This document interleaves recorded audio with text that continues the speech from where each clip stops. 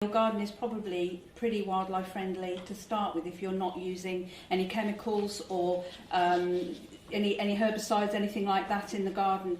But the main thing to think about is what have you got there already. Have a look, make sure you check to see what's in your area as well, because there is quite often people want to change something completely to attract something that is actually not even around. So have a look at what you've got, have a look at what flowers. If you're doing, for example, No Mow May, check to see what is coming up, and then you can build from those kind of things.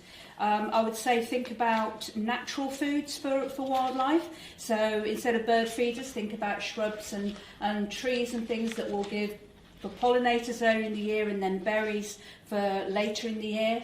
And then one of the best things you can do is to put water, have some kind of water source in your garden, whether it's a pond, a tub pond, a bird bath, anything like that. It can be a bee watering hole, anything like that. And make sure that there is a water source which is safe for anything to come in, so birds or mammals or anything that might want to come in and get that water source. But the first thing to start with really is to make sure that you are considering wildlife all year round now. With climate change, we need to be supporting things like pollinators that are coming out of hibernation earlier. So think about your planting in autumn for the spring, and anything that will flower in the winter, things like mahonias. I'm sure John can probably say better, a lot more plants and things like that, but anything that will flower as much of the year as possible, you will be doing your bit for wildlife.